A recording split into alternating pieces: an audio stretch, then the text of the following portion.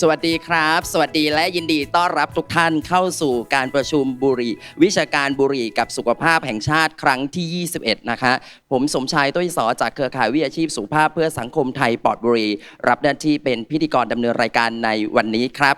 ก็ยินดีต้อนรับทุกท่านอีกครั้งหนึ่งนะฮะจากที่เมื่อวานทุกท่านก็ได้มีโอกาสเข้าร่วมรับฟังนะฮะประเด็นต่างๆที่การประชุมของเราได้เกิดขึ้นมาแล้ว1วันนะฮะอย่างที่ทราบกันแล้วว่าการประชุมบุหรี่กับสุขภาพแห่งชาติครั้งนี้เราจัดขึ้น2วันนะฮะก็คือวันที่1มิถุนายน2566และวันนี้อีก1วันนะวันที่2มิถุนายน2566ฉะนั้นแล้วเรายังมีกิจกรรมในวันนี้ซึ่งเป็นกิจกรรมที่จะนำเสนอองค์ความรู้ต่างๆในเรื่องของบุหรี่และบุหรี่ไฟฟ้าซึ่งเป็นองค์ความรู้จำเป็น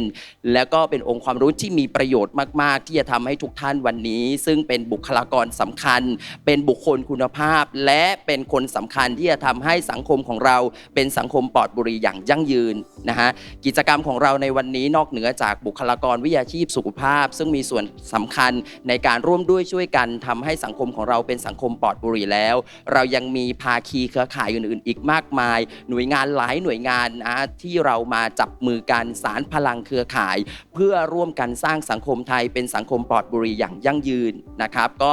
ขออนุญาตต้อนรับทุกท่านอีกครั้งหนึ่งแล้วก็ขออนุญาตชื่นชมและให้กำลังใจทุกท่านนะฮะวันนี้ที่เรารวมพลังเราสานพลังกันเพื่อที่จะทำให้สังคมไทยเป็นสังคมปลอดบุหรี่อย่างยั่งยืนนะครับกิจกรรมในวันนี้ของเรานะฮะก็ยังคงเต็มอิ่มไปด้วยความรู้แล้วก็กิจกรรมอื่นๆอีกมากมายด้านหน้าห้องประชุมของเราก็ยังคงมีบูธนิทรรศการนะเกี่ยวกับบุหรี่และก็บุหรี่ไฟฟ้าจากภาคีเครือข่ายเพื่อสังคมไทยปลอดบุหรี่นิทรรศการของเราก็จะเป็นการนำเสนอเรื่องราวต่างๆกิจกรรมต่างๆที่พวกเราได้ร่วมกันมานะเพื่อสร้างสังคมให้รับรู้แล้วก็ตระหนักว่าบุหรี่และบุหรี่ไฟฟ้านั้นเป็นอันตรายอย่างไรนะภาคีเครือข่ายต่างๆก็ดำเนินกิจกรรมเยอะแยะมากมายนะทั้งสร้างนวัตกรรมต่างๆนะรวมไปถึงกิจกรรมในรูปแบบต่างๆนะที่เราร่วมกันสร้างขึ้นมาและแน่นอนครับทั้งหมดทั้งมวลเพื่อที่จะทำให้คนที่เลิกสูบบุหรี่สามารถเลิกสูบได้สำเร็จเพื่อช่วยกันป้องกันนักสูบหน้าใหม่และเพื่อร่วมกันสร้างสิ่งแวดล้อมเป็นสิ่งแวดล้อมปลอดบุหรี่อย่างยั่งยืนนะฮะท่านใดที่เข้าร่วมประชุมแห่งนี้ก็ขอให้ทุกท่านเก็บเกี่ยวประสบการณ์เหล่านี้ไว้นะฮะแล้วก็นำองค์ความรู้ที่ได้รับในวันนี้ทั้งหมดนะครับไปทำงานไปร่วมด้วยช่วยกันเพื่อที่จะสานพลังเพื่อทำให้สังคมไทยเป็นสังคมปลอดบุหรี่อย่างยั่งยืนครับ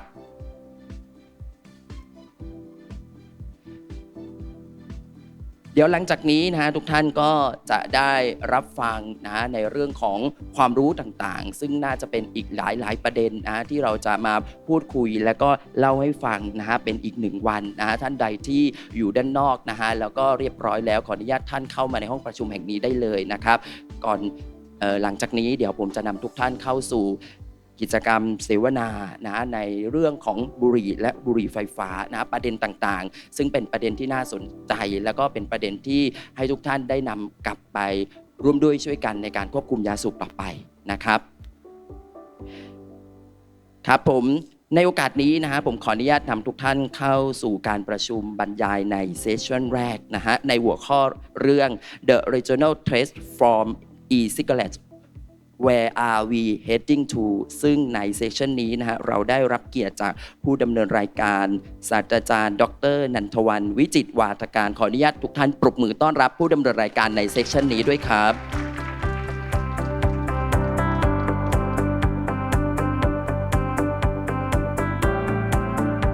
ครับผมและส่งมอบเวทีให้กับท่านอาจารย์นันทวรรณเรียนเชิญเลยครับกับสวัสดีทุกท่านนะคะก็ยินดีมากเลยค่ะที่มาร่วมในการประชุมในวันนี้นะคะถ้างั้นเดี๋ยวจะไม่ต้องเสียเวลานะคะจะขอเรียนเชิญผู้ที่จะมาบรรยายในวันนี้ซึ่งก็เราได้รับเกียรติจากผู้เชี่ยวชาญทางการควบคุมยาสูบจากทั้งประเทศฟิลิปปินส์แล้วก็ประเทศออสเตรเลียแล้วเราก็มีผู้เชี่ยวชาญในประเทศไทยซึ่งเป็นแชมเปี้ยนของเรานะคะคือดร.อาจารย์ประกิตนะคะทีนี้เนี่ยก็ขอเชิญเลยนะคะUlysses you I invite you to join and Becky and ก็จะเรียนนิดนึงนะคะว่าดร. Ulysses เนี่ยเพิ่งมาถึงประเทศไทยเมื่อตอนตี 1 เช้านี้เอง ก็รู้สึกว่ามุ่งมั่นมาก ที่จะมาร่วมงานในวันนี้นะคะ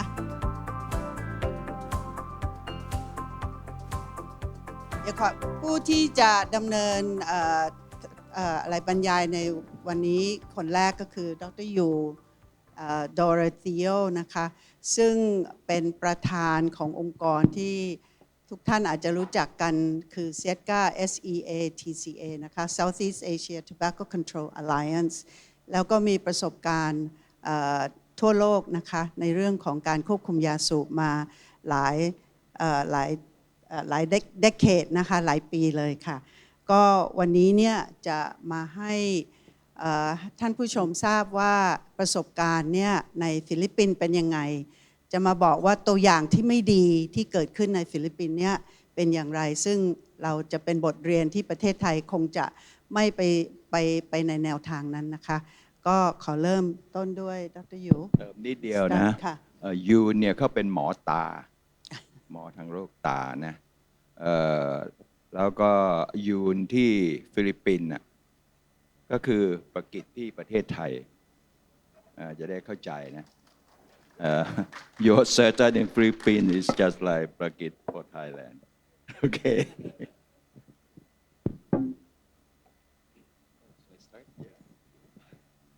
สวัสดีครับ Good morning, everyone. Thank you very much for inviting us to make this presentation. We are actually very delighted to be here. Unfortunately, we are in a worse place than Thailand, I think, because of our recently enacted very bad vape law. And let me tell you the story. Okay?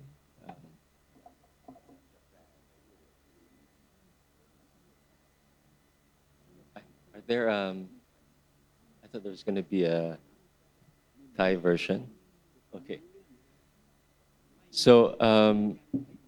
มีแปลบ้างนะฮะไม่งั้นตามไม่ทันโดยรวมทั้งออนไลน์ด้วยคือสักพูดไปสัก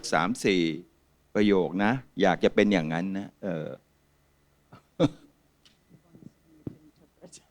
not you know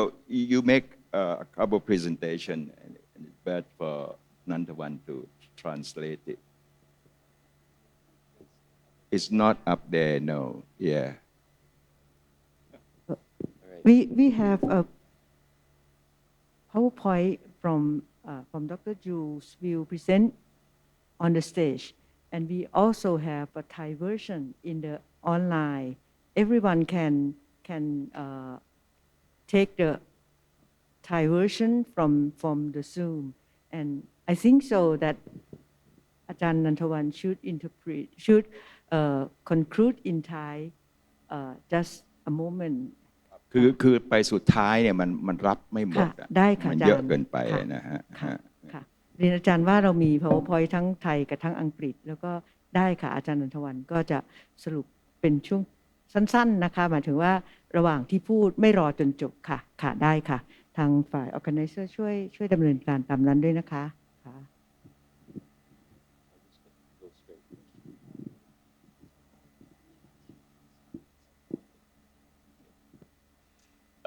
So the story started 7 years ago when two Congresses ago, our congressmen are elected every 3 years. And so at that time, there were already a few bills filed in our lower house and in our Senate to regulate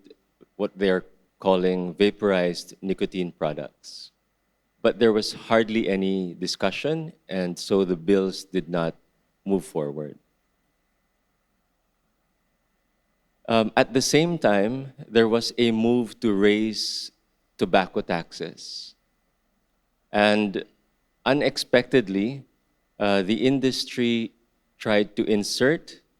an amendment to the tax bill to tax and e-cigarettes and heated tobacco products also. So in a sense, they held the tax bill on cigarettes hostage in order to insert the tax rates for e-cigarettes and heated tobacco. And they were successful. The government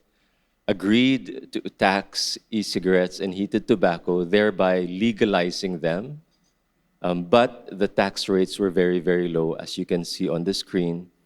the tax rate for cigarettes would have been 45 pesos in 2020, but only 10 pesos for heated tobacco and e-liquids. But our health champions were able to insert a clause to require graphic health warnings on the newer products. So, okay. ดรยูบอกว่าในประเทศฟิลิปปินส์นะคะก็มีความพยายามที่จะมีกฎกระทรวงที่เกี่ยวกับห้ามบุหรี่ไฟฟ้าเริ่มเมื่อปี 2559 ก็คือ 7 ปีที่แล้วนะคะและในขณะเดียวกันเนี่ยก็มีกฎกระทรวงที่เกี่ยวกับเรื่องของการขึ้นภาษีแต่ว่าเราได้รับการแทรกแซงจากบริษัทยาสูบที่พยายามที่จะใส่เข้าไปว่าภาษีสำหรับเรื่องบุหรี่ไฟฟ้าเนี่ยให้น้อยให้ต่ำมากๆเลยอย่างที่เห็นเนี่ยนะคะก็คือขึ้นแค่ 10% แต่ว่ายาสูบเนี่ยขึ้น 45% เมื่อปี 2520 ก็คือเมื่อ 3 ปีที่แล้วแล้วก็ขึ้นน้อยมากแต่ละปีแค่ขึ้นแค่ 5% เท่านั้นเองแต่ว่าในขณะเดียวกันเนี่ยในหมู่ผู้ควบคุมยาสูบเนี่ยก็พยายามจะมาก็ successful นะคะก็สำเร็จก็คือว่าให้บริษัทให้บุหรี่ไฟฟ้าเนี่ยมี graphic warning ก็คือมีภาพคำเตือนค่ะ So the government, the Department of Finance, agreed to these tax rates with the intention of increasing the taxes on heated tobacco and e-cigarettes. So in the next Congress, we had our elections that year. They proposed to raise the tax rates for alcohol and heated tobacco and e-cigarettes. So VNP is vaporized nicotine products. And the tax bill was prioritized by the president, and so it rapidly went through the legislative process. At the same time, the industry proposed several bills to regulate e-cigarettes and heated tobacco. So these were mostly refiled from the previous Congress. The tax rates were actually increased. It took only 6 months to increase the tax rates. So you see here from 10 pesos for heated tobacco and e-liquids, it was increased to 25 for heated tobacco, and then 45 and 37 for e-liquids, whether that's freebase or nicotine salts. And the nicotine salts are higher, much higher. It's 37 pesos per milliliter. So for a Juul, which is an e-cigarette, which has about 2 ml, that would be around 74 pesos. So it's a higher rate of taxation. รัฐบาลในตอนนั้นเนี่ยนะคะก็รู้สึกนายกคือDuarte I think was the president Duarte นะคะจุดมุ่งหมายของรัฐบาลยุคนั้นก็คืออยากจะขึ้นภาษีทั้งยาสูบนะคะแล้วก็เหล้าด้วยก็เลยมุ่งไปในการขึ้นภาษีก็ปรากฏว่ามีก็สำเร็จในแง่ที่ว่าบุหรี่ไฟฟ้าเนี่ยก็ได้ขึ้นด้วยแต่ก็ไม่ได้ขึ้นมากนะคะแต่ก็ยังก็เป็นการออมชอมกัน Because the tax rates were still not as high as the rates for cigarettes, our health champions in the Senate were able to also add additional health safeguards in the tax law. And the three that you see in green are the main health measures. The first is for our Food and Drug Administration to regulate e-cigarettes and heated tobacco products. Second is for flavors to be restricted to only 2, which is plain tobacco and menthol. And the third is to ban sales to non-smokers and persons below 21 years old. ในขณะเดียวกันเนี่ยในหมู่ผู้ที่ควบคุมยาสูบเนี่ยนะคะก็ได้มีการออมชอมหรือพยายามที่จะให้มีมาตรการที่จะปกป้องสุขภาพนะคะก็เลยมีการเสนอว่าให้อย.เนี่ยให้ควบคุมในการผลิตในการนำเข้าในการขายแล้วก็บรรจุซองนะคะแล้วก็โฆษณาแล้วก็แจกdistribution นะคะแล้วอีกอันหนึ่งก็คือว่าให้ควบคุมในเรื่องของรถนะคะซึ่งแต่ว่าสำหรับยาสูบแล้วก็เมนทอลนะคะแล้วก็ไม่ให้ห้ามขายต่อผู้ที่ไม่สูบบุหรี่แล้วก็คนที่อายุน้อยกว่า21ก็คือใครที่ต่ำกว่า21เนี่ยไม่สามารถที่จะซื้อทั้งบุหรี่ไฟฟ้าแล้วก็ยาสูบธรรมดาด้วยค่ะ So we considered this as a partial victory, very significant because the Food and Drug Administration had never regulated these products in the past. Unfortunately, the law also gives the tobacco industry 18 months to comply. And during those 18 months, the industry was very busy. They wanted to introduce a new regulatory law, new regulation for e-cigarettes and heated tobacco products. So they fast-tracked this bill through Congress, and they had two main strategies. One was to undertake a media campaign, and you see a photograph of a press conference that the industry had, and also to attack the credibility of the Food and Drug Administration. ค่ะในตามวิธีการของ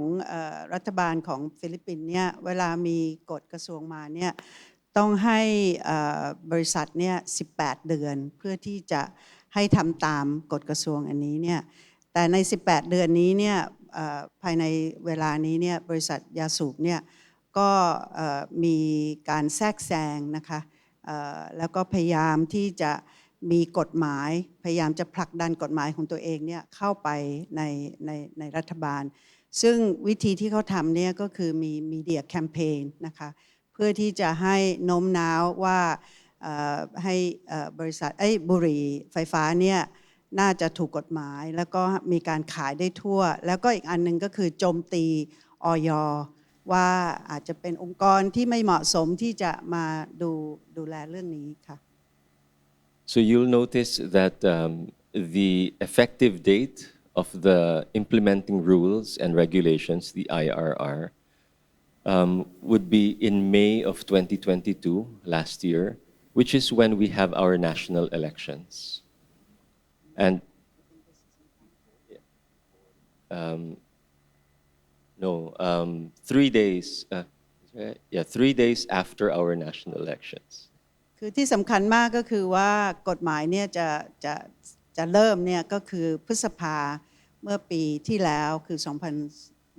2022 ซึ่งเป็นเวลาเดียวกับมีการเลือกตั้งนะคะ So, sorry, let me go back. The attack on the FDA was because the FDA had received a grant from the Bloomberg Philanthropies in order to support their regulatory efforts for tobacco, not for e-cigarettes, but for tobacco products. And that was what the industry used to attack the credibility of the FDA. They said the FDA had received foreign funds and was undertaking a foreign agenda to interfere in national politics. ที่เขาสามารถที่บริษัทยาสูบเนี่ยโจมตีอย.เนี่ยด้วยเหตุที่ว่าอย.ได้รับทุนจากองค์กรที่อเมริกาเรียกว่า Bloomberg Foundation นะคะ Bloomberg นี่เคยเป็นเมเยอร์ของนิวยอร์กแล้วเขาก็รวยมาก มีเงินเยอะแยะแล้วก็ให้ทุนการทำกิจกรรมเกี่ยวกับการควบคุมยาสูบทั่วโลกแล้วก็อย.ของฟิลิปปินส์เนี่ยได้รับเงินมาทำงานเกี่ยวกับการควบคุมยาสูบบริษัทยาสูบก็เลยบอกว่าเขาไม่เป็นกลางเหมือนกับว่าถูกโน้มน้าวจากต่างประเทศมาทำงานให้กับในทางนี้นะคะ Of course, there's no legal basis for their attack. It was really just political in nature, but it had a tremendous effect to question the credibility of the FDA. And this was then supported by a media campaign. And you see here on the screen how the industry did this. It was primarily in the box that you see. The voices that were in the media were our consumers, the Vapers Group, and they're a member also of CAFRA, which many of you are familiar with. This is the Asia Pacific Harm Reduction Coalition. And then PESIA is the Philippine e-cigarette industry. And then FACT Asia is a Hong Kong-based news organization which is funded by the tobacco industry. So these were the organizations that were often in the media, and they were all connected to the Jenna Fetalino Public Relations Consultancy, which was funded by Philip Morris to sponsor journalists and editors to go and visit the Philip Morris scientific headquarters in Switzerland. And behind all of that also was the Foundation for a Smoke-Free World, which has a grant to INNCO, which is the International Nicotine Consumers Organizations. And locally in the Philippines, we have Synergia and ASCRA, which are NGOs, and they have grants from the Foundation for Smoke-Free World to undertake research on tobacco cessation and harm reduction, and they have their own publications and recently a press conference also in the Philippines. So that's how they're tied to the industry. จะเห็นได้ว่าจากรูปนี้เนี่ยนะคะจะมีความเชื่อมโยงระหว่างบริษัท Philip Morris นะคะซึ่งก็เป็นบริษัทยาสูบที่ยักษ์ใหญ่ของโลกเนี่ยนะคะแล้วเขาก็ตั้ง Foundation อันหนึ่งมาเรียกว่า Foundation for Smoke-Free World ซึ่งได้เงินปีละหลายล้านเหรียญนะคะเพื่อที่จะมาทำงานวิจัยทำงานเรื่อง advocacy ในเรื่องของยาสูบก็มีทายมากคือมีการเชื่อมโยงมากทั้งองค์กรในฟิลิปปินส์เองแล้วก็องค์กรที่แบบเป็นกระบอกเสียงให้กับบริษัทยาสูบของคือ Philip Morris เนี่ยมันก็เลยมีเหมือนกับมีกระบวนการที่จะพยายามผลักดันนะคะนโยบายที่บริษัทยาสูบอยากให้เกิดขึ้นเรื่องเกี่ยวกับบุหรี่ไฟฟ้าค่ะ The Switzerland visit of the editors and journalists was very successful because after that visit, many stories came out in the media that were favorable to the industry, particularly promoting heated tobacco products, which were the main product of Philip Morris. สิ่งที่สำคัญมากนะคะที่รู้สึกว่าประสบความสำเร็จมากที่สุดกับการแทรกแซงของ Philip Morris อันนี้ก็คือว่าเขาให้เงินมันก็เป็นบริษัท PR ชื่อ Jenna Fetanino นะคะแล้วเขาให้เงินพวกสื่อนะคะก็คือนักข่าวแล้วก็สื่อต่างๆเนี่ยไปเยี่ยมบริษัท Philip Morris ที่สวิตเซอร์แลนด์แล้วเขาก็คงกรอกข้อมูลเรื่องเกี่ยวกับheated tobacco product เรื่องเกี่ยวกับบุหรี่ไฟฟ้าแล้วพอกลับมาปุ๊บเนี่ยก็มีการออกข่าวเยอะมากจากผู้สื่อพวกนี้ที่ไปที่สวิตเซอร์แลนด์ที่เป็นเหมือนกับว่าสนับสนุนนะคะสนับสนุน heated tobacco product ซึ่งเป็น ผลิตภัณฑ์หลักของ Philip Morris แล้วก็บุหรี่ไฟฟ้าก็รู้สึกได้ผลในการที่เขาลงทุนที่เอาพวกสื่อพวกนี้เนี่ยไปที่ประเทศสวิตเซอร์แลนด์ค่ะ And later, you'll also see that there are some doctors who are pro e-cigarette. And we found out later that one of the leaders of the vapors groups, the PESIA, particularly the vapors, the leader of the vapors group is his brother is a physician, actually a renal transplant surgeon, and they're also quite vocal in the media about supporting e-cigarettes to help smokers stop smoking. But they're the minority. รู้สึกพอดร.ยูพูดเรื่องนี้นะคะคล้ายๆกับประเทศไทยเลยเขาก็บอกว่ามีหมอมีแพทย์นะคะที่ออกมาแล้วก็เป็นกระบอกเสียงให้กับบริษัทบุหรี่เลยว่าเรื่องของบุหรี่ไฟฟ้าเนี่ยน่าจะเป็นผลิตภัณฑ์ที่จะช่วยให้เลิกสูบบุหรี่ได้แล้วก็คล้ายๆประเทศไทยเนาะเขาเหมือนกับเป็นกระบอกเสียงให้กับพวกที่โปรนะคะก็คือโปรบุหรี่ไฟฟ้าที่เราเห็นอยู่ในปัจจุบันในประเทศไทยตอนนี้นะคะ So I'll give you a list now in the next few slides of names of organizations and individuals. And the purpose of showing you these slides is maybe you will also encounter them in Thailand. And therefore you should be aware your red flags should come up when you see any of these names. So obviously in the Philippines we have these groups that are for e-cigarettes. We have Vapors Philippines, PESIA, which I mentioned earlier. And then we have a Nicotine Consumers Union of the Philippines, NCUP, which in reality is just one person.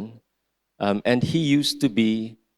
a smokers' rights organization called Pro-YOSI. YOSI is the Filipino term for cigarette. So they used to be very vocal about supporting smokers' rights, but in this campaign, they then switched and said they're for vapors' rights.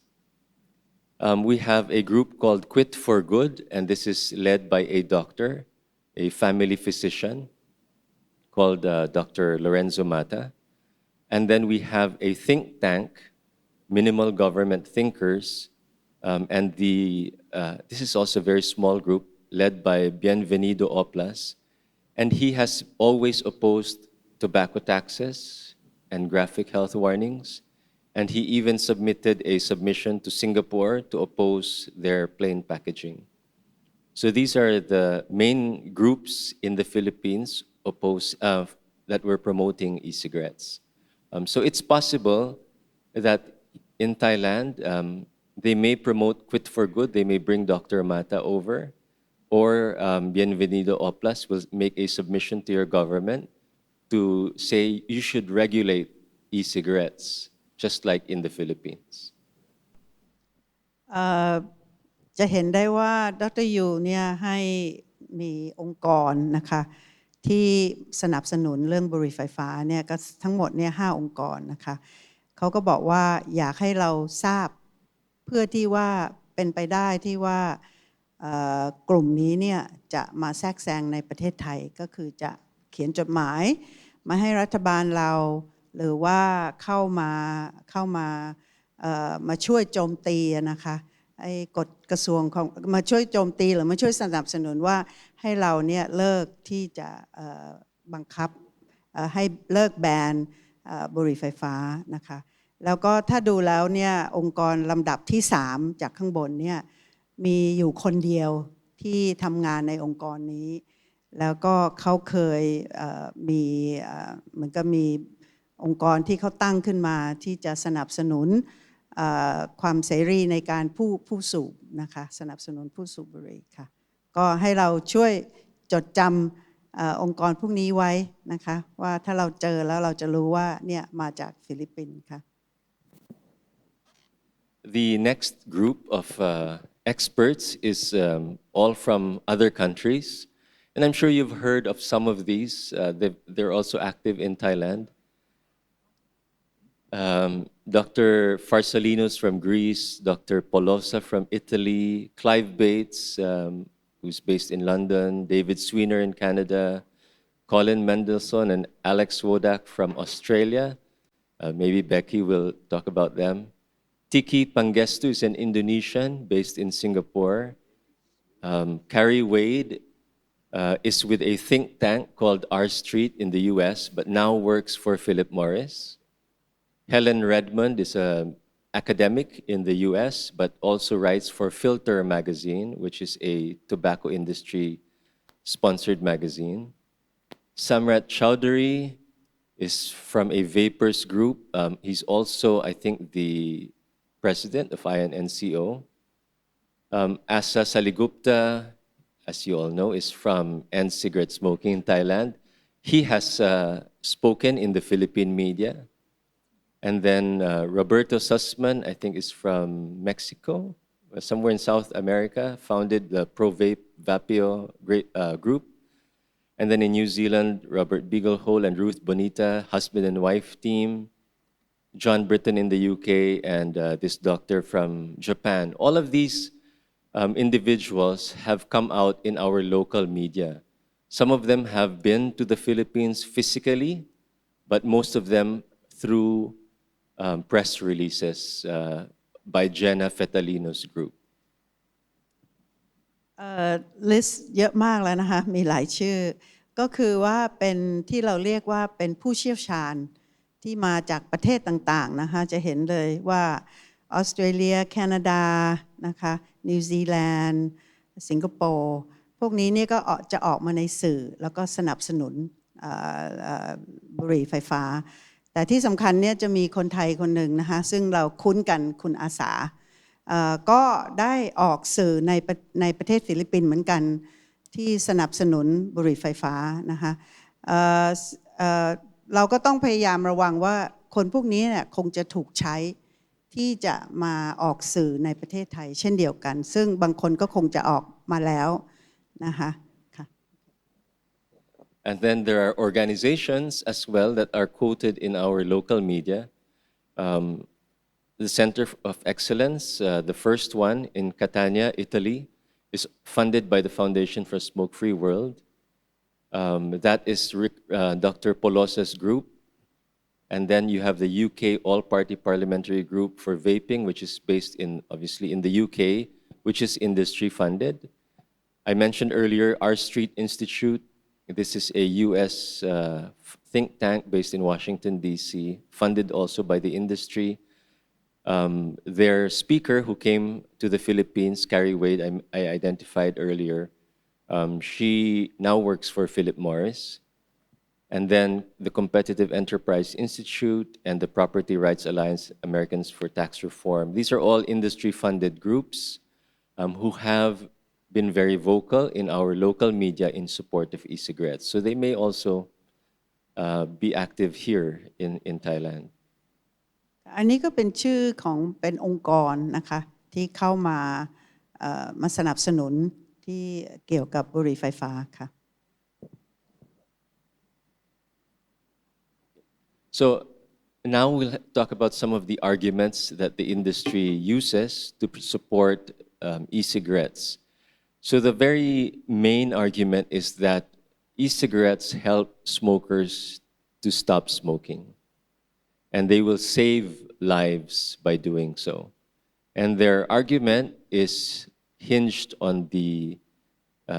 claim that these products are less harmful or safer forms of nicotine than regular cigarettes.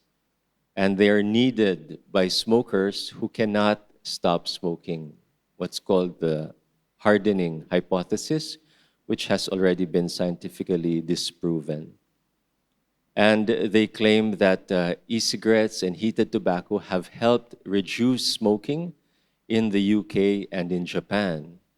Of course, that's not true. If you look at the decline in prevalence, there's been no impact really at the population level on the prevalence.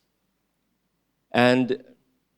you'll notice in the third line, I put the legislators insist that even if they say this helps smokers to stop smoking,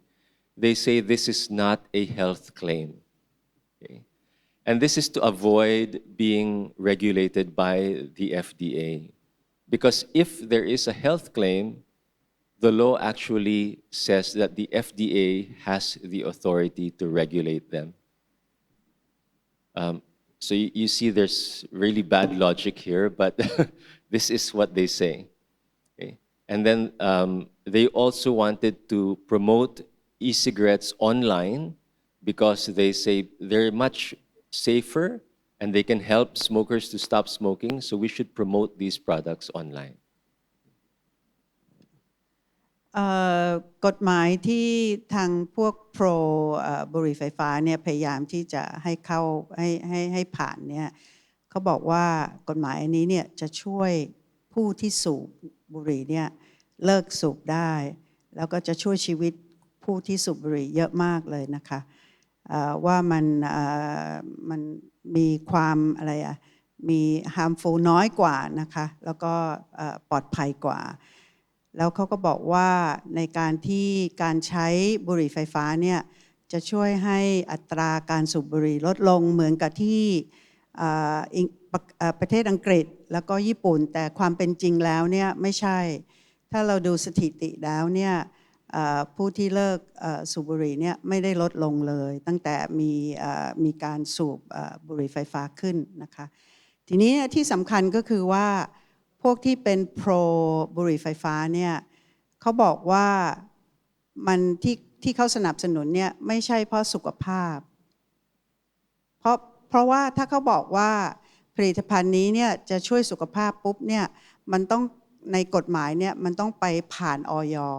ซึ่งเขาไม่อยากจะผ่านอย.เพราะว่าการผ่านอย.เนี่ยจะมีกระบวนการมากมายซึ่งจะยากในการที่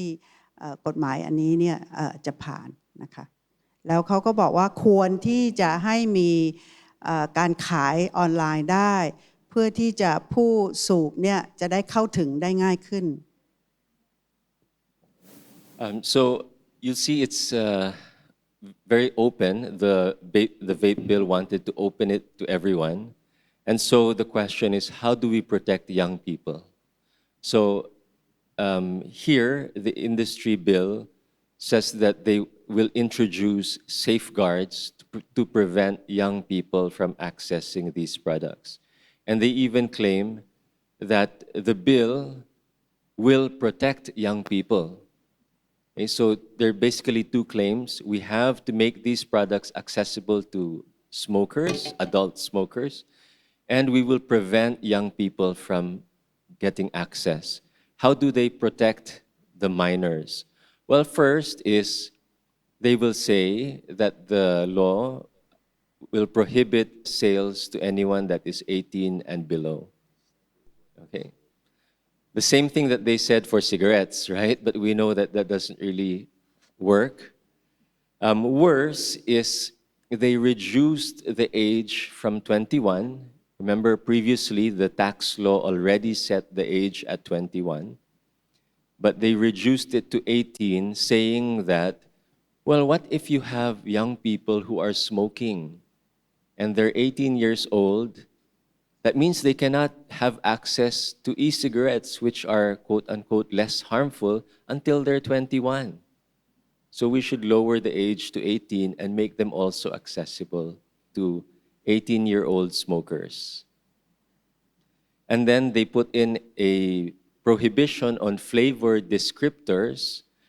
that appeal to youths. That's the exact wording. Prohibit flavor descriptors that appeal to youth. But the law already prohibits all flavors except menthol and tobacco, right? So in effect, they're opening the window for more flavors to enter the market.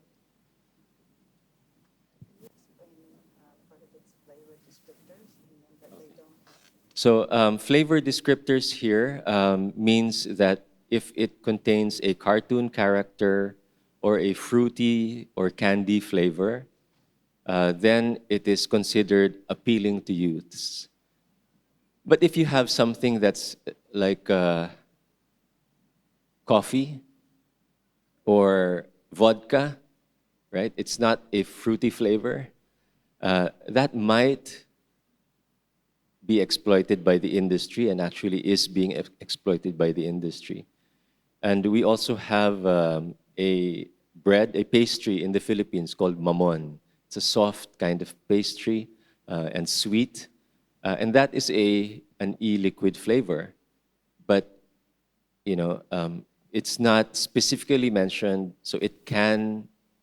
it's a loophole in the law. And so this is how the industry now introduces new flavors beyond just tobacco and menthol. คือฝ่ายที่เป็นโปรบุหรี่ไฟฟ้า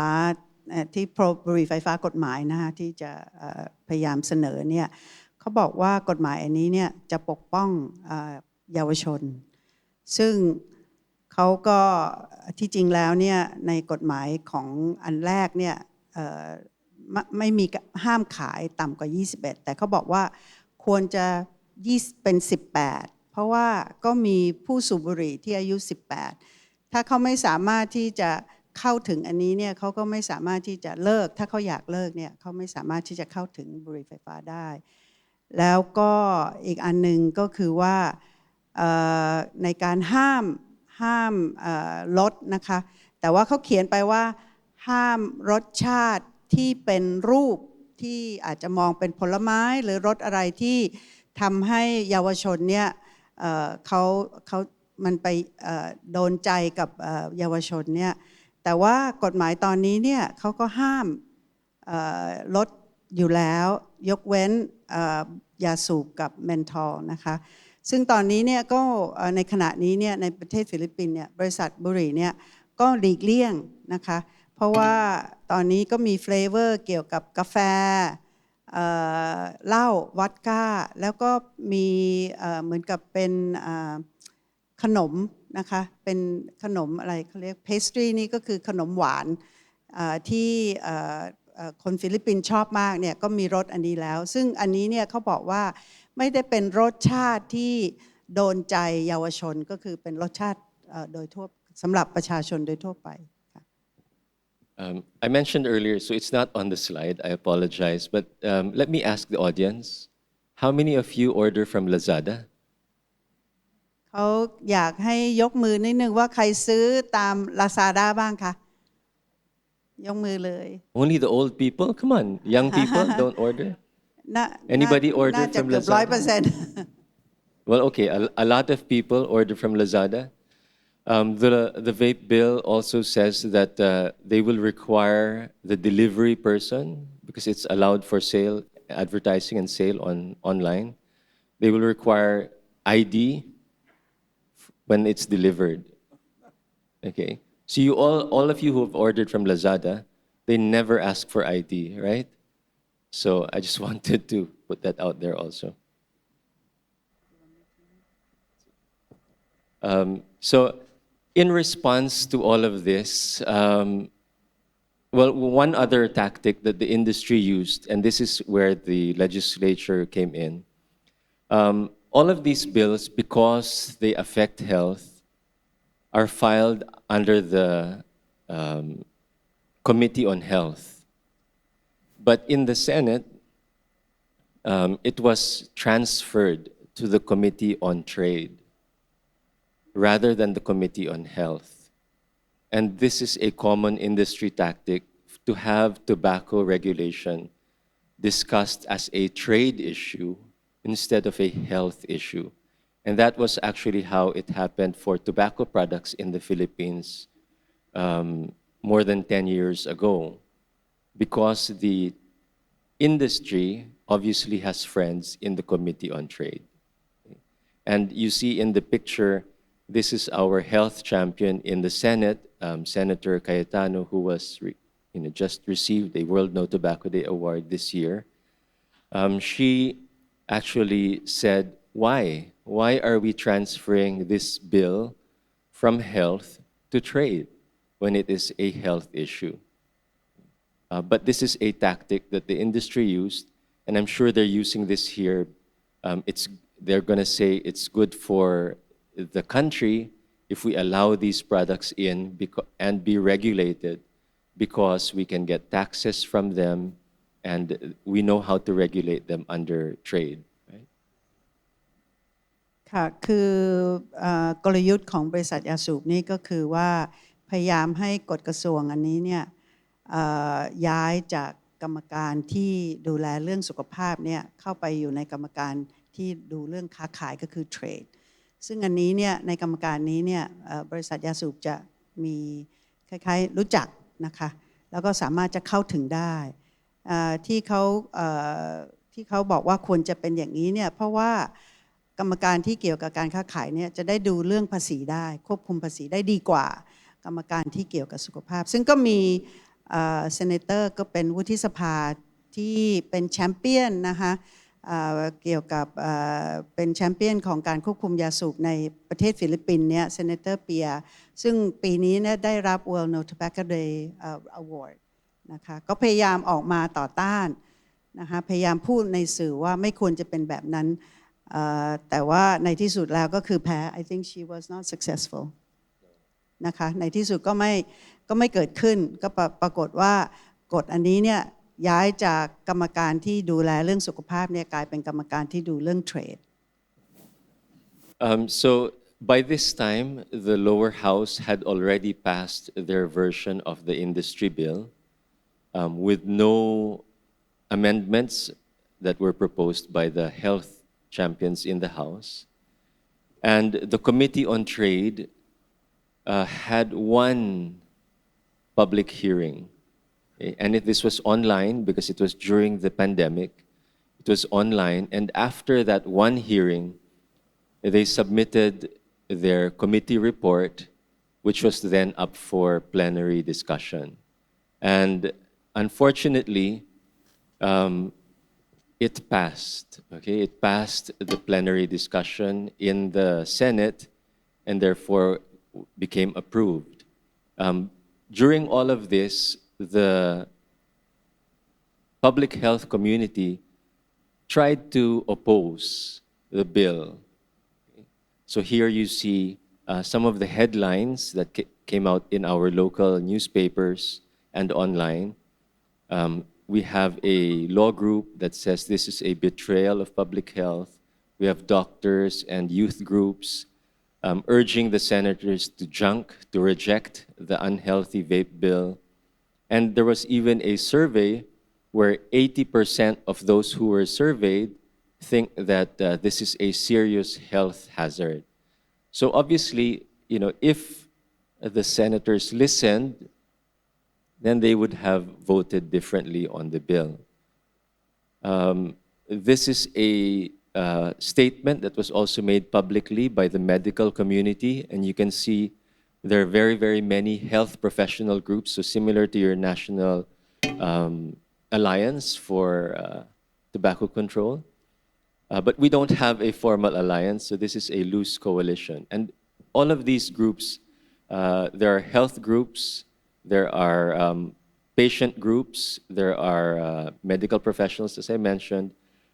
as well as other public interest groups who said reject the vape bill. Unfortunately, it was passed by Congress, by the Senate, and then together with the lower house, it was signed. And this is what it contains, everything that we talked about. It set the minimum age at 18 instead of at 21. It allows more flavors. It transfers the regulatory authority from the FDA to the Department of Trade, and it allows online advertising. And you will note that this happened in January of last year, 2022. So after the bill passed Congress, the normal process is the president has to sign the bill into law within 30 days. Okay, so we would expect that by February, it would have been signed into law. And if it is not signed into law, there are only two possibilities. Either the president will veto the law, or it will lapse into law if the president does not take any action. So there was an opportunity for us to ask the president to veto the bill. And so you have the Department of Education, the medical groups and doctors, even the Department of Health, of course, urging the president to veto the bill before he left office. Because as you will recall, May 2022 was our national elections. Okay? But for some strange reason, that did not happen. Okay? So we had, until the elections, there was still no news whether or not the president would veto the bill because we did not know where the bill was between Congress and the office of the president. So we had press conference like you see here with Senator Pia and various doctors. And the elections happened in May. And then we learned that the bill was finally transmitted to the office of the president after the elections. So it took 6 months to get from Congress to the office of the president, where normally it only takes less than 30 days. And so the president, at that time, President Duterte, was preparing to leave office so that the new president could come in, our current president. So our interpretation is this was a delaying tactic of the industry because President Duterte was known to be anti-smoking and anti-vaping. So if it came to his desk, he would have vetoed the bill, but it came to his desk like a week before he left office. So he was not actually in the office anymore. And so when it came to the new president, our president now is President Marcos, the son of the late dictator, and he is pro-tobacco. He just let the bill lapse into law. Okay? And that's what you see here. The headlines say it lapsed into law because the president did not take any action on it. จากที่ดร.อยู่พูดนะคะก็มีความพยายามมากเลยจากกลุ่มผู้ที่พยายามจะทำควบคุมยาสูบเนี่ยตั้งแต่ก่อนที่จะเข้าสภานะคะแต่ปรากฏว่าก็ไม่ได้ผลก็ปรากฏว่าในเดือนมกราคมเมื่อปีที่แล้วเนี่ยก็สภาอนุมัตินะคะแต่ทีนี้เนี่ยขั้นตอนก็คือว่าจะต้องส่งไปให้นายกเซ็นให้มาเป็นกฎหมายแล้วก็ควรจะใช้เวลาแค่เดือนเดียว30 วันนะคะแต่ก็เราก็รอในฟิลิปปินส์ตอนนั้นก็มีข่าวกันก็รอกันว่าเอ๊ะทำไมยังไม่ออกมาแล้วก็มีความพยายามอีกว่าให้นายกเนี่ยเขาวีโต้ก็คือว่าไม่ยอมเซ็นนะคะซึ่งเราทราบกันดีว่านายกคนก่อนนี้เนี่ยจะเป็นแอนตี้บุหรี่เนาะไฟฟ้าบริษัทบุหรี่แล้วก็บุหรี่ไฟฟ้าด้วยก็คือโปรบุหรี่ควบคุมนะยาสูบพวกนี้นะคะก็คือแต่ว่าปรากฏว่าพอมารู้ที่หลังเนี่ยใช้เวลา6 เดือนกว่าที่จะไปถึงโต๊ะของนายกนะคะซึ่งตอนนั้นเนี่ยมีการมี election แล้วก็คือมีการเลือกตั้งแล้วก็ประธานาธิบดีคนใหม่เนี่ยนายกคนใหม่เนี่ยจะเป็นโปรบริษัทยาสูบนะคะเขาก็เลยปล่อยให้มันไม่เซ็นแต่ว่าพอคือกฎหมายคือตามระบบเนี่ยก็คือว่าถ้าไม่ทำอะไรมันก็กลายเป็นกฎหมายไปตอนนี้ก็เลยกลายเป็นกฎหมายตั้งแต่เดือนกรกฎาคมเมื่อปีที่แล้วค่ะ So what happened after the law was passed, it lapsed into law, we saw a proliferation of vape shops and also more flavors being accessible. And here you see Senator Pia complaining more than half a year later that there are flavors being sold like Coca-Cola, Oreo, and I forget what the other one is, but these are candy flavors and soft drink flavors. And they're appealing, right, to the young and they are obvious violations of the existing law. And so Senator Cayetano and another lawyer, another senator, complained that the Department of Trade and Industry was not doing its job of monitoring and policing these products. The DTI eventually was forced to do its own monitoring, and so they inspected vape shops for a period of about 3 months. And during that time, they were able to confiscate almost 10,000 products that were uncertified. And they inspected stores. So I'll just point out here that they inspected physical stores and online stores. And among the physical stores,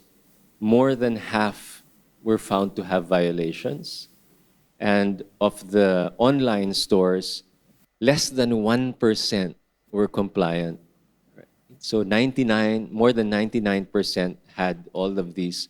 fruity flavors and attractive flavors to young people. So this is just an example from Lazada, which I copied in May, just a few weeks ago, showing you that they still have flavors, fruity flavors available online. Right? So cola, mint, blueberry, lychee, grape, mango, banana milk, and strawberry milkshake. So we lost, okay? I am very sad to say we lost the battle, but we have not yet lost the war. There is hope. But we learned some lessons along the way. The first is that the industry is much more aggressive with e-cigarettes and heated tobacco than they are when they oppose tobacco control measures for cigarettes. A clear tactic is they want to legalize via taxation. So I'm sure your Ministry of Finance has heard this argument. You should regulate instead of banning because you can earn a lot of money from taxing these products. This is the same argument that they have used also, that they're using to pressure the government of Vietnam to allow them into the market. They also used champions in the Senate and in the lower house who were recipients of the tobacco industry corporate social responsibility. That's not mentioned anywhere in the news, but we did discover that many of the legislators who were pro e-cigarettes received CSR from the industry. A second lesson, I think, is that if these products are regulated, it's very difficult to regulate properly. So as you saw, our government is failing to implement the already bad law. So imagine if it was even stricter, they might even have a harder time. I think Dr. Prakrit was asking, how do we prevent non-smokers from buying, right? We actually don't know, but that was in the proposed in the law. So that in itself, even though that's a good idea, is also difficult to implement. And so regulation by just banning these products is so much simpler, like they have done in Singapore. And then, of course, a lesson for everyone is it's important to build coalitions to raise public awareness and to oppose the industry. So we make sure that the industry is exposed and that their messaging is not left unanswered. And we recommend, of course, that because of these lessons, we should anticipate, stay vigilant about what the industry is going to do, including its claims and how it strategizes its tactics to move politicians,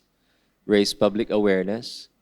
and in terms of policy, to ban flavors for all tobacco products. So not just e-cigarettes, but even for cigarettes and other conventional tobacco products.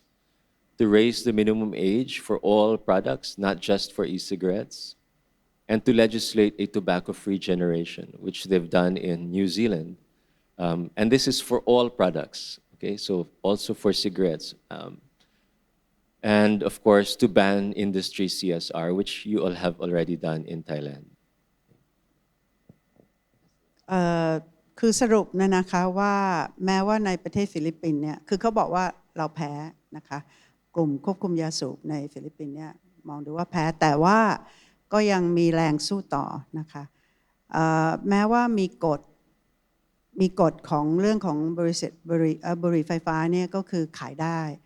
แต่ว่าใช้วิธีควบคุมแต่ว่ามันไม่ได้ผล เพราะว่าได้ไปเจอผลิตภัณฑ์บุหรี่ไฟฟ้าเนี่ยที่มีรสที่เราสามารถที่จะดึงดูดเยาวชนได้นะคะเพราะฉะนั้นเนี่ยเขาเสนอว่าในประเทศไทยเนี่ยควรจะต่อสู้ต่อไปเพื่อที่จะให้แบนนะคะเพราะว่า regulate ในการควบคุมเนี่ยไม่ได้ผล แล้วก็ควรจะในกลุ่มผู้ที่ดูแลเรื่องนี้นะคะควบคุมยาสูบเนี่ยให้เรารวมตัวให้เข้มแข็งมากขึ้น แล้วก็ต่อสู้บริษัทยาสูบเพราะว่าที่เขาสังเกตว่าบริษัทยาสูบเนี่ยพยายามที่จะคุกคามนะคะในเรื่องบุหรี่ไฟฟ้ามากกว่าบุหรี่ธรรมดาอีกนะคะเพราะเขามองดูว่าเขาอยากจะมีเจเนอเรชันใหม่ที่ติดนิโคตินนะคะเขาก็เลยผลักดันที่จะให้มีบุหรี่ไฟฟ้าทั่วโลกค่ะก็ต้องขอบคุณ thank you for very informative session นะคะผมเติมนิดเดียวนะฮะเติมนิดเดียวประธานาธิบดี2 คนเนี่ยนะ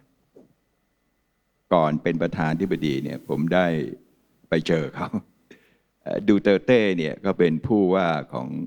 จังหวัดดาวาวนะที่ทำงานควบคุมยาสูบดีมากนะเมื่อ10 ปีก่อนไปเจอเขาแล้วจับมือเขาแล้วก็มาคอสเนี่ยนะตอนที่ก็จะขึ้นภาษีบุหรี่เนี่ยทางนี้ก็ให้ผมไปเจอนะครับเพื่อเชียร์ที่จะให้เขาขึ้นภาษีบุหรี่นะฮะก็ทั้ง2 คนขึ้นมาเป็นประธานาธิบดีถ้าเราดูเนี่ยดูเตอร์เต้เนี่ยมันจะคล้ายกับคุณอนุทินนะฮะประวัติเดิมเขาอะนะที่เขาเข้มงวดเรื่องควบคุมยาสูบมากแต่ว่าจริงๆเขามีโอกาสที่จะลงนามไม่รับกฎหมายนะฮะที่ส่งเสริมบุหรี่ไฟฟ้าแต่เขาไม่ได้ทำพอมาคอสมาเขาก็เลยปล่อยให้มันออกมาเป็นกฎหมายนะครับเพราะฉะนั้นเราได้บทเรียนอะไรค่อนข้างเยอะจากกรณีนี้นะครับซึ่งเดี๋ยวเราจะฟังนะครับต่อไปเชิญครับคุยให้ฟังนิดหน่อยจะเรียนถามผู้อาจารย์คะมีเวลาไม่ทราบว่าพูดไปแปลไปนี่มันใช้เวลามากหรือเปล่าต้องดูเวลาหน่อยนะอาจารย์คือของผมเนี่ยจะใช้เวลาน้อยมากนะคือใช้เวลาให้มากที่สุดเพราะผมจะมีไม่กี่คำที่จะพูดกับพรรคการเมืองนะฮะแล้วก็ฟังจากประสบการณ์ต่างประเทศมีประโยชน์กว่านะครับไม่ต้องห่วงเลยใช้เวลาให้หมดไปแล้วก็ได้ถามว่าต้องแปลไหมตามที่แปลดีกว่าเมื่อกี้ดีกว่าใช่ไหมถ้าให้พูดจนหมดแล้วมาเนี่ยนะคืออย่างที่บอกนะเซอร์ริชาร์ดปีโต้กระซิบนะเขามาแถลงข่าวหลายครั้งนะเขาให้แปลประโยคต่อประโยคเลยนะฮะที่เขาพูดภรรยาเขาเป็นคนไทยเขารู้ว่าคนไทยเนี่ยฟังภาษาอังกฤษไม่ได้นะครับโอเคนะครับอาจารย์คะเดี๋ยวจะขออาจารย์นันทวันคะเดี๋ยวจะมี PowerPoint ที่เป็นภาษาไทยด้วยอังกฤษด้วยอาจารย์จะให้ยังไงดีคะเอาขึ้นเลยดีไหมถ้าสมมติว่ามี PowerPoint เป็นภาษาไทยก็จะได้ไม่ต้องแปลเพราะว่ามีอยู่บนนั้นแล้วขึ้นพร้อมกันโทษค่ะช่วยเปิดซูมได้ไหมคะเดี๋ยวไม่ได้แต่ว่าโทษนะคะของอาจารย์เบกกี้นี่ไม่มีเทอมของกฎหมายเยอะค่ะน่าจะโอเคค่ะน่าจะโอเคค่ะค่ะแล้วก็มีเวลาค่ะอาจารย์อีก40 นาทีค่ะมีเวลาเดี๋ยวเราแจกเบรกในห้องเลยค่ะตะกี้ขอให้เขาเบรกในห้องอยู่แล้วค่ะเลขอย่างเซสชั่นหน้าจริงๆอาจารย์เริงฤดีพูดคนเดียวที่เหลือเป็นคำถามเพราะฉะนั้นผมเนี่ยไปใช้เวลาไม่เกิน10 นาทีตรงนั้นได้เลยเซสชันนี้เป็นของ2 คนนี้หมดเลยค่ะเดี๋ยวไปถามตอบหรืออาจารย์จะพูดตอนช่วงหลังก็ได้ จะมี WHO representative phone in เข้ามา15 นาทีตอน 10:45 ค่ะค่ะไม่เป็นไรค่ะเรามีเวลาวันนี้เราจะทานข้าวเลทหน่อยดีไหมคะนะคะค่ะ เรียนเชิญท่านอาจารย์ต่อเลยครับ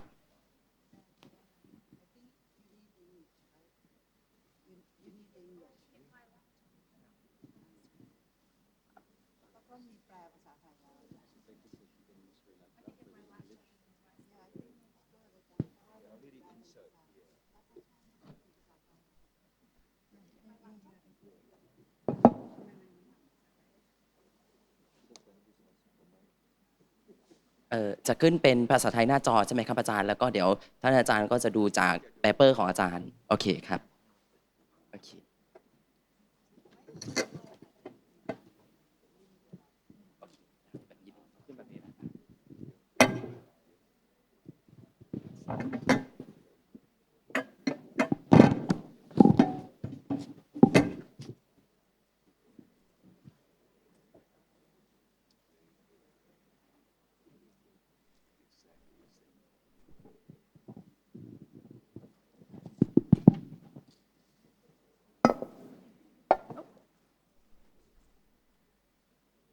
Shall I start? Okay. Hello, everyone. Thank you so much for having me here today. And thank you so much to the TRC for organizing my trip to Bangkok and for organizing this conference. It's a real pleasure for me to be here. This is a photo of my university back in Sydney. Please come visit me there. It's a beautiful campus. You'll always be welcome.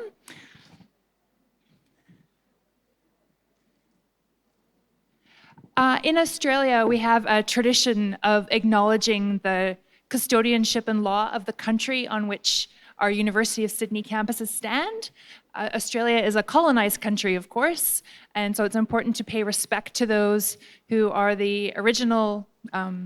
inhabitants of Australia, our Indigenous and Aboriginal people, and I pay respect to those who care and continue to care for our country.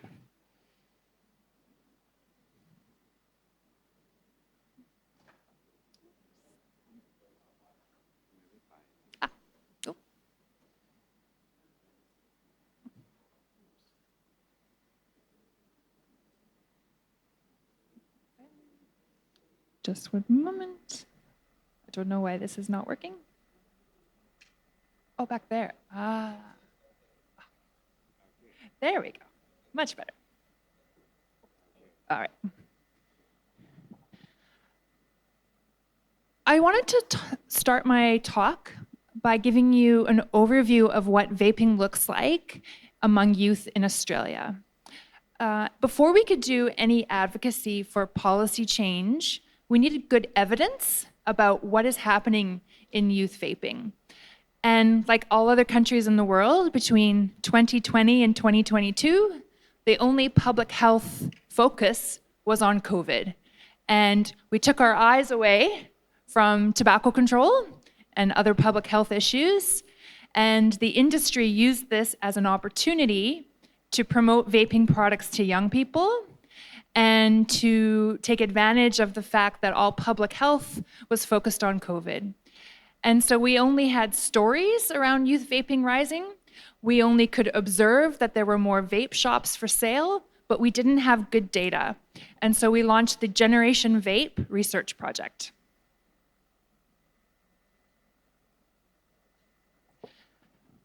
This is an overview of the study timeline. The key important thing to take away from this is that we were collecting data every 6 months, which if you're a researcher, you probably think that's an awful lot of data, and that is overkill. But this was being done because the products were being imported and changing so quickly, the number of shops opening was so fast, and the number of stories we're hearing from schools about installing vape detectors, expelling students for vaping, were increasing. And so I'm going to report to you today on wave 4 of the data that we've most recently analyzed from this study. Becky, can I intervene? Yes, a bit? please. คือดร. เบกกี้เนี่ยเขาก็พูดถึงว่าตอนที่เป็นโควิดเนี่ย สาธารณสุขเนี่ยก็คือไปมุ่งเน้นในเรื่องของโควิดนะคะบริษัทบุหรี่เนี่ยก็ใช้โอกาสอันนี้เนี่ยพยายามที่จะขายบุหรี่ไฟฟ้าแล้วก็มุ่งไปที่เยาวชนนะคะทีนี้เนี่ยก็เลยว่าทางมหาวิทยาลัย University of Sydney ที่ดรเบกกี้ทำงานอยู่เนี่ยก็เลยมีงานวิจัยนะคะมีงานวิจัยในเยาวชนมีทั้งหมด6 waves 6 ครั้งนะคะแต่ละครั้งเนี่ยจากครั้งหนึ่งครั้งที่สองเนี่ยจะห่างกันประมาณ6 เดือนนะคะวันนี้ก็เลยจะมาเล่าว่าได้มีผลจากงานวิจัยที่ทำไป6 ครั้งทุก6 เดือนเนี่ยเขาได้เจออะไรบ้าง Okay. Now I think there's time. Okay, great. Thank you. So I'm just going to give you an overview of some of the results from this survey. The first group is the age 13 to 17-year-olds, so the teenagers. Oh, that's not the right one. Okay, let me go back.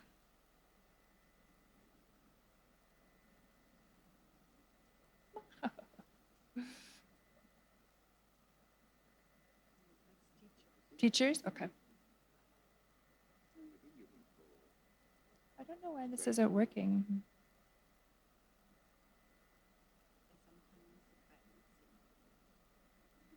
Oh, there we go. Okay. So age 13 to 17-year-olds. So by wave 4 of this data collection, we found that 35% of teenagers had tried a vape. Now, if you think back to 2019 when we were collecting national survey data, so not part of the Generation Project, but part of our national monitoring, less than 1% of this age group had tried vaping. That is an enormous increase in a very short period of time. Over half of those trying a vape for the first time were under age 16. And we know the younger you use a nicotine product, either smoking or vaping, the more likely you are to become addicted as an adult. And never vapers were actually quite vulnerable to uptake because they said they were very curious about vaping. So even those users who had never used a vaping product felt that if they were offered one by a friend or had an opportunity to use one, that they would. And here's a quote from, we also did some focus groups as part of this study. If you're not vaping, it's kind of a little bit like you're not a normal teenager. This is a social norm. In Australia, smoking is not a social norm in this group. They have been raised with plain packaging, health warnings, high taxes, smoke-free spaces, very anti-smoking. They don't consider vaping the same. It is a different behavior to them. It is cleaner, fresher, more fun. It's not your old grandpa's smoking. ขอแปลอันนี้เพราะว่าสำคัญมากเลยนะคะดร.ปิกกี้บอกว่ากลุ่มเยาวชนนี้เนี่ยเขาเติบโตมาในการที่มีการควบคุมยาสูบค่อนข้างมากแล้วเขาก็มองดูว่าการสูบบุหรี่เนี่ยไม่ได้เป็นสิ่งธรรมดาคือไม่ใช่เป็นอะไรที่เป็นสังคมยอมรับนะคะแต่ปรากฏว่าเรื่องของบุหรี่ไฟฟ้าเนี่ยตอนนี้เยาวชนในออสเตรเลียเนี่ยเริ่มมองดูว่าอันนี้เนี่ยเป็นเหมือนกับเป็นสังคมคือยอมรับมากขึ้นว่าเป็นหนึ่งในการที่จะมีพฤติกรรมทางนี้ทางสังคมนะคะอันนี้ก็คือความแตกต่าง Now, for the parents in our study, the reason we included parents in this study is because we know politicians, the only thing they fear more than angry tobacco industry or angry industries is angry parents. ในงานวิจัยนี้นี่เขาสัมภาษณ์พ่อแม่ด้วยและที่เขามุ่งไปในกลุ่มพ่อแม่เนี่ยเพราะว่านักการเมืองจะฟังนะคะเป็นกลุ่มที่สำคัญมากในการที่จะทำที่นักการเมืองเขาจะฟังค่ะ At the beginning of our study, many parents were aware of other children vaping, but didn't want to say or didn't agree that their own children were vaping. But by this wave in the survey, more parents had caught their own children vaping or were willing to say, yes, my child has been vaping. There was a significant increase in communications from schools to parents as well, so they were becoming more alarmed about vaping. And you can see here that 81% of parents saw preventing vaping among young people as a high or very high priority. And this is actually an increase from 77% from just 6 months before. So we had the advocacy tool to say, young people are vaping in high numbers, parents are very concerned about this, and they'll be supportive of politicians who want to do something about it.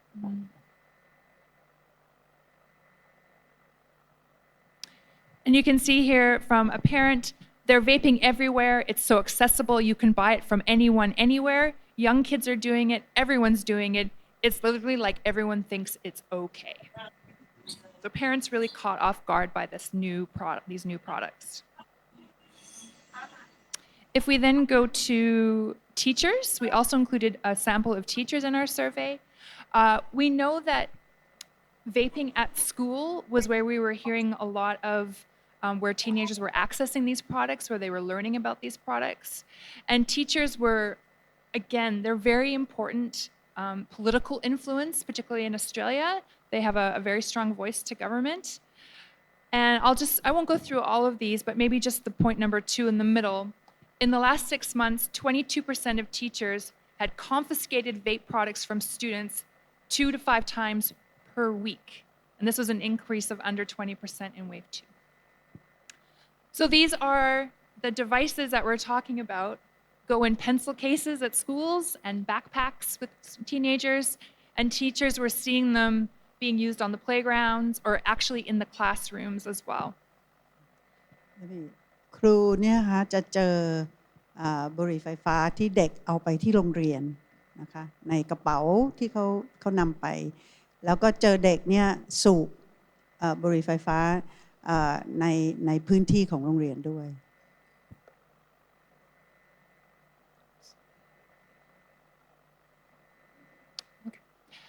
Now, looking at 18 to 24-year-old age group, this is an age group that has one of the highest rates of smoking in Australia and the highest vape use. But we tend to think as soon as you turn 18, we don't need to protect you anymore, that you're no longer a child, and that, under 18 is fine. But we really wanted to emphasize in our study that the 18 to 24-year-old developing brain still needs protecting, that they are a key target of the vaping industry, and that public health, we need to put a lot more resource and effort into not just protecting people under 18, but people in this very vulnerable 18 to 24 bracket as well. ดร.ปิกกี้บอกว่าเราจะมองดูว่าใครพออายุเกิน 18 เนี่ยเป็นผู้ใหญ่แล้วว่าไม่จำเป็นจะต้องไปปกป้องในเรื่องของสุขภาพแต่ว่าความเป็นจริงแล้วเนี่ยระหว่างอายุ 18 ถึง 24 เนี่ยเป็นกลุ่มที่สำคัญมากแล้วก็เป็นกลุ่มที่บริษัทยาสูบจะมุ่งไปในกลุ่มนี้นะคะ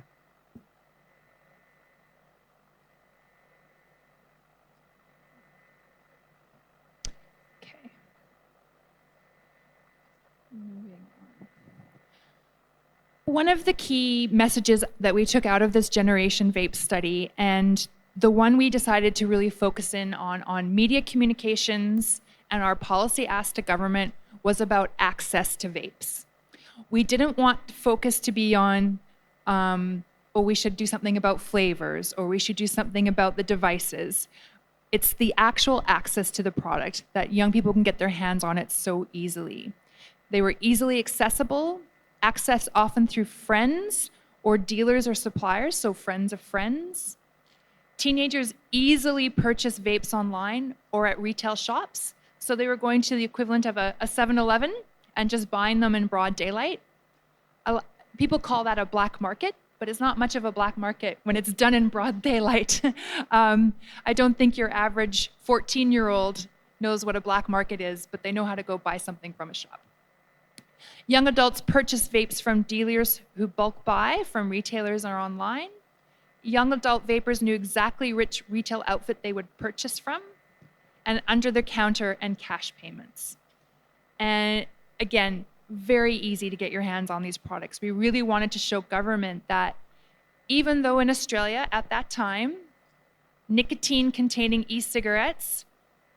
technically, you were only allowed to have one if you had a prescription. Clearly wasn't working. I'm going to explain to you why. คือจากงานวิจัย 6 ครั้งที่ทำ6 ครั้งเนี่ยก็เลยดึงปัจจัยที่สำคัญเพื่อที่จะนำมาสู่การในทำแคมเปญแล้วก็ผลักดันเรื่องนโยบายก็คือเรื่องการเข้าถึงบุหรี่ไฟฟ้านะคะซึ่งอันนี้เนี่ยเป็นปัจจัยที่เขาได้นำเอามาใช้ค่ะ Do you have juicy fruit in Thailand? Is that a product you have here? Yes? Yeah. So you can get a juicy fruit vape if you would like one as well. And again, we really emphasized how easy it was for young children to get their hands on these products that appealed to them. Our communications also emphasized why young people were vaping, that it was a host of influences around flavors and fun, nicotine, product marketing, social media, social norms. And through our research, we found that young people were being told that their feelings of anxiety could be made a little easier if they were to start vaping. That vaping was a way to cure anxiety, to feel better. But we know that that's the #1 symptom of nicotine addiction, and that you need to have nicotine in order to feel less anxious. And really poor understanding of what nicotine addiction looks like. So, what is the current law in Australia? What was the current law in Australia? We had a new law announced 3 weeks ago, which has not been enacted yet. So this is what it currently looks like in Australia. So first thing in the middle there, you have to ask yourself, are you over age 18? Oh, they're not going to see that. Are you over age 18? If you say yes, then you go down here. If you say no, then you have to stop. No e-cigarettes for you. If you say yes, then you have to ask, do you want a vape or a non-nicotine vape? If you want non-nicotine, go ahead. You can buy one from 7-Eleven if you want to. If you want nicotine, nope, you can't have one unless you have a prescription from a doctor. So if you don't have a prescription, no. If you do, yes. This is very confusing and does not work. And this is why in the Generation Vape study, we could see so many young people using vaping products.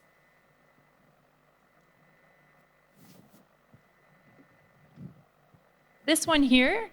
is a nicotine vape. This one here is a non-nicotine vape. How do you tell the difference? They're identical. You can only tell the difference if you take them to a lab and have them tested.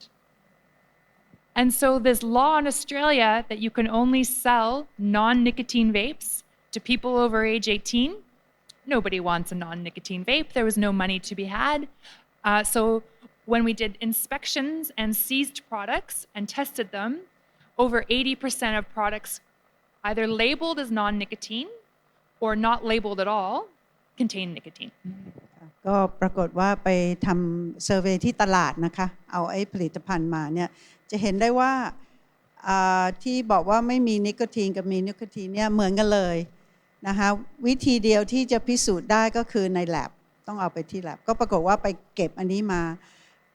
สิ่งที่เขาเจอก็คือ80%เนี่ยมีนิโคตินแม้ว่าเขียนไว้ว่าไม่มีนิโคตินค่ะเพราะฉะนั้นเนี่ยกฎหมายอันนี้เนี่ยไม่มีประสิทธิภาพนะคะ So on paper, Australia thought, we have a good law. We don't allow nicotine e-cigarettes to be sold at retail outlets. We'll be fine. And in 2019, our use rates were really low. But that's not where we are today. When you combine inexpensive, flavored, disposable vape devices that contain high concentration nicotine salts with aggressive online marketing, misinformation about product safety, I'm sure you've all heard the 95% safer fake statistic. Commercial interests, unhelpful distinction between nicotine and non-nicotine, and then incredibly poor enforcement of these laws. What you combine all those things together, and vape use has dramatically increased, and vaping has been normalized in young people very rapidly. However, we have a new health minister who was a junior health minister under Nicola Roxon, who was the health minister who introduced plain packaging to Australia. So he had a very good mentor. And he's now our health minister, and he has announced reforms to our vaping laws.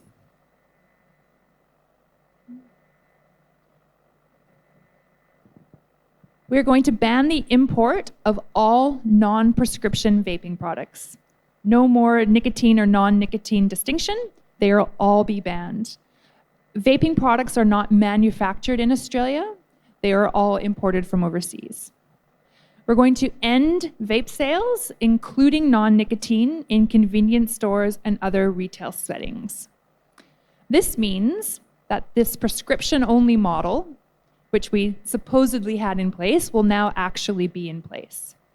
And the vapes that will be available by prescription will have minimum standards for flavors, colors, and other ingredients. They'll be in pharmaceutical-like packaging. So think about when you go to the pharmacy to get pain relief or antibiotics, they'll be in packages like that. It will reduce the allowed nicotine concentration and volume, and disposable vapes will not be available under the prescription model. You will either have to have the liquid or refillable pods. So this is a big change. We don't have a date for when this change will be enacted yet. We're hoping within the next 4 to 6 months, the import ban will happen, and then the sales ban will happen a few months following. หวังว่ากฎที่เพิ่งออกใหม่นะคะเมื่อเดือนพฤษภาปีนี้เองก็แค่เดือนเดียวนะน่าจะมีการปฏิบัติได้ภายใน 3-6 เดือน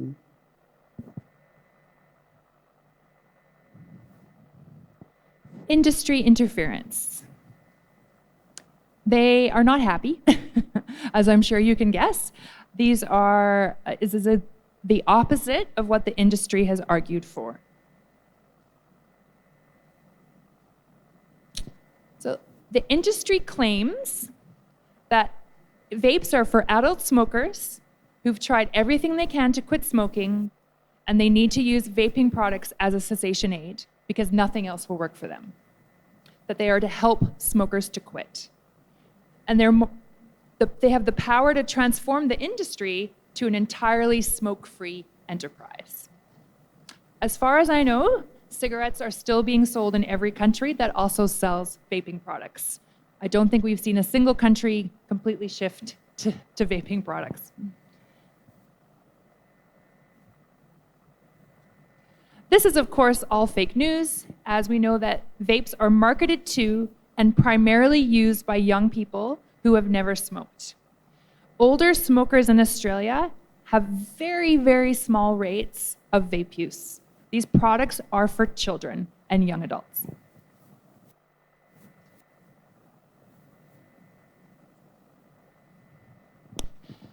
There was a Facebook campaign. I imagine a lot of you here have a Facebook account. And I was on there one day, and this ad popped up into my Facebook feed. And it was from an organization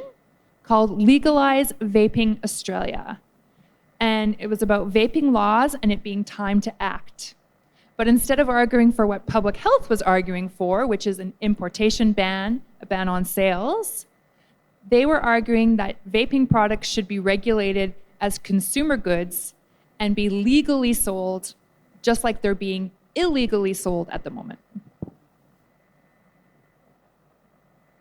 And now everyone wants to know, well, who is responsible Vaping Australia? We've never heard of this organization before. They've come out of nowhere. They were British American Tobacco. But they had not disclosed the fact that they were British American Tobacco. And when you look here at the ad disclaimer, There was no disclaimer about the fact that Legalized Vaping Australia was funded by British American Tobacco. Now, Facebook supposedly bans tobacco advertising and supposedly requires ads to be identifiable as to who funded them. We reported this ad, it was taken down, and immediately another week later, another one went up. And they just keep getting taken down and being put back up again. ก็อันนี้เนี่ยพยายามมีแคมเปญนะคะจากบริษัทยาสูบก็คือ British American Tobacco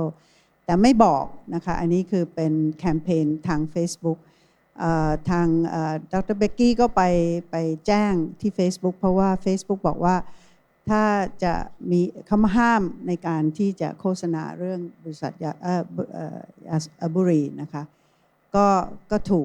กดึงออกแต่พอถูกดึงออกปุ๊บวันรุ่งขึ้นก็ขึ้นมาอีกนะคะก็คือเขาจะใช้วิธีนี้นะคะทางบริษัทยาสูบ And one of the main messages of this campaign is that if you legalize nicotine vapes and regulate them and sell them in shops, they will be even safer than the illicit products on the market now. That somehow tobacco industry products are better than the illicit products that were currently being sold. บริษัทยาสูบพยายามจะให้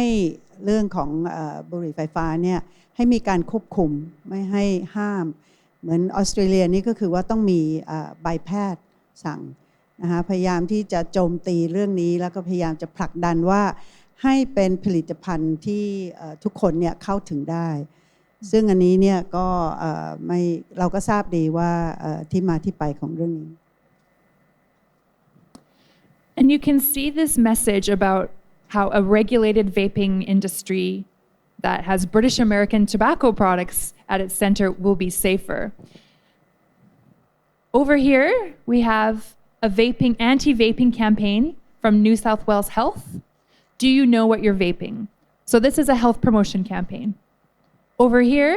we have British American Tobacco's Do You Know What's in a Vape campaign. Very similar to the New South Wales Health official campaign. คือทางบริษัทยาสูบก็พยายามบอกว่าควรจะควบคุมเพราะว่าถ้าไม่ควบคุมแล้วเนี่ยจะมีบุหรี่ไฟฟ้าเถื่อนซึ่งจะไม่ปลอดภัยเพราะฉะนั้นเนี่ยถ้าควบคุมเนี่ยประชาชนเนี่ยจะสามารถใช้บุหรี่ไฟฟ้าที่ถูกต้องแล้วก็ปลอดภัยแล้วก็พยายามมีแคมเปญทำขึ้นมาคล้ายๆกับกระทรวงสาธารณสุขนะคะเนี่ยค่ะทางขวามือเนี่ยเป็น health promotion ของกระทรวงสาธารณสุขแต่ซ้ายมือเนี่ยเป็นแคมเปญของบริษัทยาสูบซึ่งเหมือนกันเลยค่ะ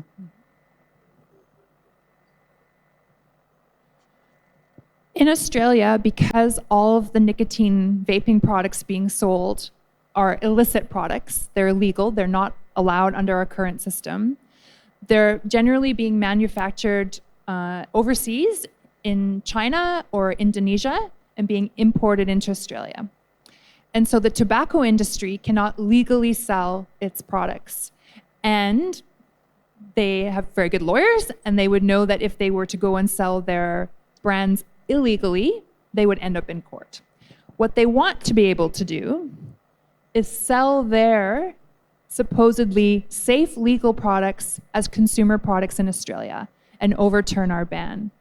But when you have a look at these products here, so this is the Philip Morris one called Viba. It looks exactly like the illicit products. It's the same range of flavors. This is from Canada. It's only $10 for one vape, which is incredibly cheap. A pack of cigarettes in Australia is nearly $40, so much cheaper.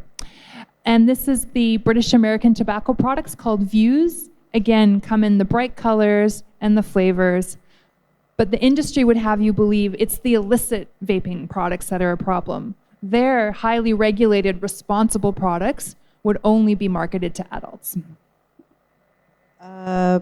บริษัทยาสูบพยายามจะสื่อว่าบุหรี่ไฟฟ้าเถื่อนเนี่ยไม่ดีนะคะแต่ปรากฏว่าก็คือไม่มีการผลิตนะคะบุหรี่ไฟฟ้าไม่มีการผลิตในออสเตรเลียจะนำเข้า ส่วนใหญ่แล้วจะผลิตที่เมืองประเทศจีน ก็จะเห็นได้ว่าที่เถื่อนกับอันจริงเนี่ยของบริษัทยาสูบเนี่ยหน้าตาเหมือนกันเลยนะคะแล้วเขาก็พยายามจะสื่ออันนี้ว่าควรจะควบคุมนะคะเพราะว่ามันปลอดภัยกว่าบุหรี่ไฟฟ้าที่เป็นเถื่อน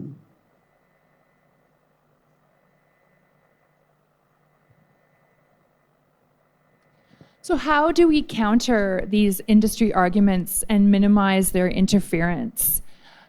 I think without the evidence from the Generation Vape study, we wouldn't have that, be able to convincingly arm politicians with the information they needed to push back against industry. And we know from Australian data that most people who use vapes do not quit smoking. They end up using both cigarettes and vapes. So we're just adding another addictive product on top. Even in highly controlled clinical trials, the cessation failure rate for vaping products is 90%. But the way the vaping lobby is portraying vaping, it's like it's a miracle solution to smoking, that all you have to do is pick up a vape and all of a sudden you'll never smoke again. 90% of smokers fail. And vapes are not a tobacco use prevention tool. We know how to prevent tobacco use. We have a global treaty that tells us exactly how to prevent tobacco use. And not once in there, and not once in that treaty do they say, give vapes to children to prevent them from smoking. Many young people who use vapes have never smoked or would have never smoked. This morning, Cancer Council Australia released new data from our smoking prevalence studies.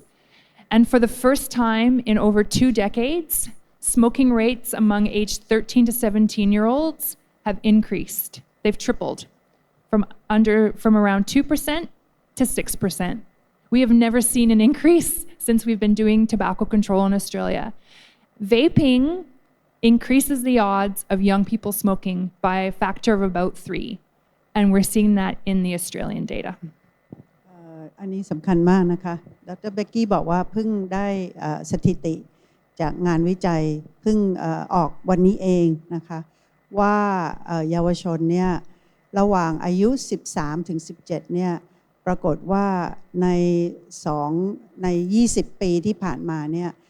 มีขึ้นเป็นครั้งแรกจาก2%กลายเป็น6%ก็อันนี้เนี่ยก็คล้ายๆกับงานวิจัยหลายๆชิ้นที่บอกว่าบุหรี่ไฟฟ้าเนี่ยมันจะทำให้มีการสูบบุหรี่ในเยาวชนเพิ่มขึ้นนะคะ And I can finish there and happy to talk about anything about the law or our studies or how we convince politicians to do the right thing. Thank you so much for the opportunity to speak. Thank you very much. คือถ้าดูจากการนำเสนอจากวิทยากร2 ท่านเนี่ยมีเมสเสจที่สำคัญมากนะคะอันที่1ก็คือบุหรี่ไฟฟ้าไม่ได้ช่วยให้เลิกยาสูบ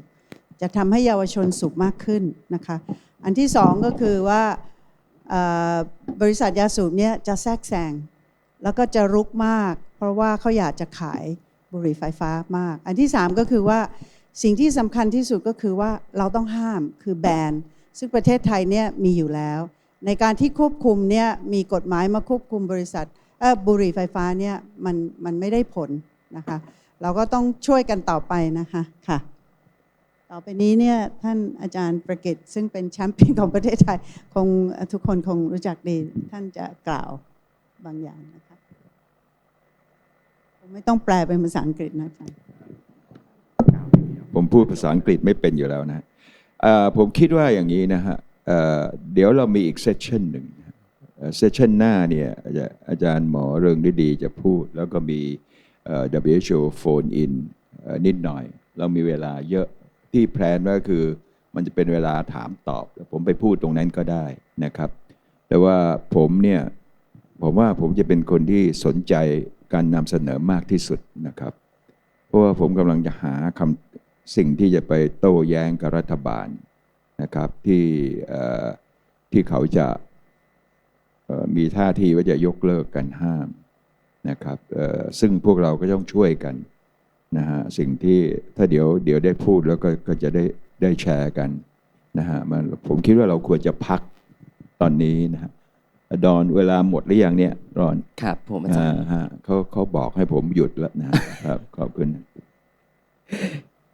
ครับ ขอบพระคุณครับ ขออนุญาตทุกท่านปรบมือดัง ๆ ให้กับวิทยากรทั้ง 4 ท่านด้วยนะฮะสำหรับ section the original threat from e-cigarette where are we heading to นะฮะเราก็คงได้รับรายละเอียดต่างๆเยอะแยะมากมายนะซึ่งเป็นประเด็นสำคัญมาก ๆ ที่มีประโยชน์ในการทำงานด้านการควบคุมต่อไปนะ